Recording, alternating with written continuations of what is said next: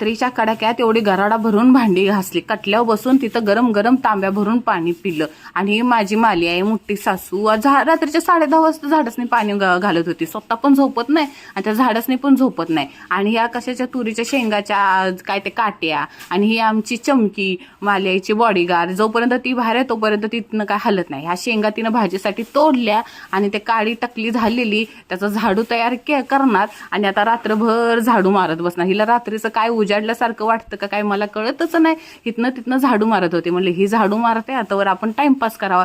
शतपावली केलं व म्हणले 1-2 ग्रॅम वजन कमी झालं तर झालं. इकडं मला थंडी वाजते, स्वेटर बिटर घातले, पॅक केले आणि ही उघड्यावर झाडू मारते. स्वेटर नाही ना अंगात काय नाही. इथं शतपावली करते आणि गण्या मागणं म्हणते बघा तिकडनं मागणं छुम छुम करत कोणतरी आलंय.